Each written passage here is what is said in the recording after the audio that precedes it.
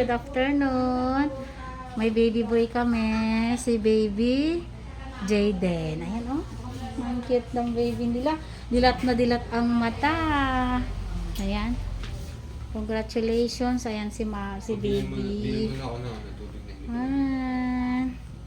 Anong oras pinanganak to?